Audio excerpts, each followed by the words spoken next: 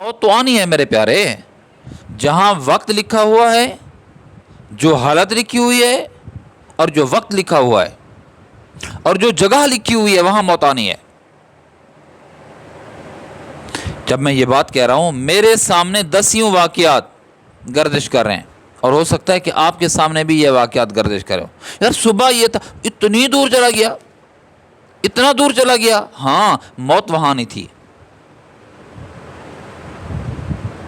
3 گھنٹے کا سفر کر کے، یار ضروری تھا، جی ہاں ضروری نہیں تھا، پھر بھی وہ چلا گیا، موت جو وہاں نہیں تھی۔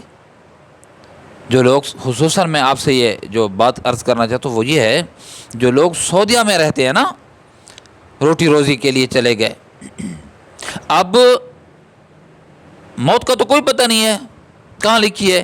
اگر موت وہاں واقع ہو جائے تو بہت سے لوگ، خصوصاً اس میں عورتیں، خصوصاً ماں یا بیوی، وہ کیا کرتی ہیں؟ وہ کہتے ہیں نہیں، ڈیڈ باڈی لانی پڑے گی آپ کو۔ ارے بھئی کیا کرے گا؟ بس شکل دیکھنی ہے، ایک دفعہ شکل، اور اس میت کو سرد خانے یا جہاں محفوظ کرنا ہو، اس پروسیس کو دوسرے ملک، یعنی اس کے اپنے ملک واپس لانے میں خرچہ کتنا لگتا ہے اور وقت کتنا لگتا ہے، یہ بھی تو آپ کے سامنے ہے۔ اب وہ سرد خانے میں رکھا ہے، اور ایک بندہ تو نہیں، 10 آدمی اس کو واپس لانے میں سرگرداں ہیں وہاں۔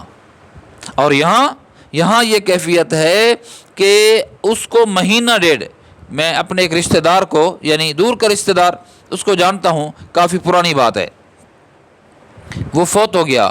میں سچ کہہ رہا ہوں آپ کو، تقریباً 40-50 دن، یعنی 2 مہینے سے ذرا پہلے اس کی میت آئی تھی۔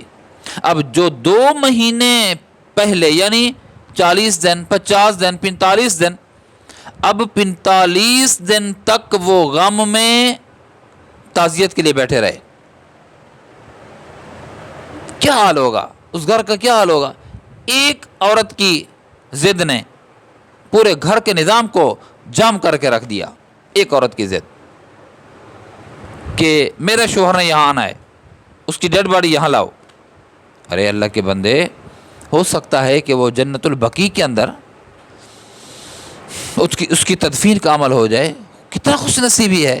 حجاز مقدس میں ایمان کی حالت میں یہ جا رہا ہے نا، جوار نبی میں، اور یا مکہ پاک ہے تو اللہ رب العزت کی رحمتوں کا جہاں نزول باکثرت ہوتا ہے، اس جگہ کے قریب اس کی میت رکھی ہوگی۔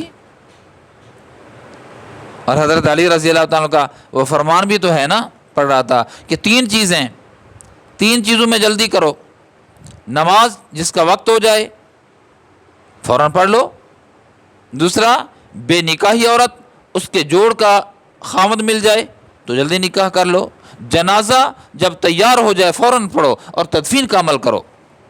ہاں، مہینہ ڈیڑھ رکھ لیتے ہیں، رنگت تبدیل اور سمیل اس کی بو، خوشبو وہ تبدیل، اور اعمال کا جو اثر ہوتا ہے، انسان کی زندگی کے اعمال وہ نمایاں ہونے لگ جاتے ہیں۔ ضد ہے ایک بندے کی کہ یہاں لاؤ، تو بھائیو جہاں فوت بندہ ہو جائے وہاں آسانی ہو تو وہاں اس کی تدفین کر دی جائے۔ اتنی تکلفات، اور عجیب بات یہ ہے، المیہ یہ ہے کہ جس نے کہا نا بس مجھے اپنے بیٹے کی شکل دیکھنی ہے، مجھے اپنے شوہر کی شکل دیکھنی ہے، بھائیوں نے کہا کہ ہمیں اپنے بھائیوں کی شکل دیکھنی ہے، وہ سارا سال اس کی قبر پہ فاتحہ دینے کے لیے نہیں جاتے، یہ حال ہے۔ اللہ کے بندے، سنت کو دیکھو، شریعت کو دیکھو، تکلفات سے ہٹ کے زندگی گزارو، کوشش کریں کہ ہماری زندگی سنت کے مطابق ہو، ورنہ سنت کے قریب تر تو ہو۔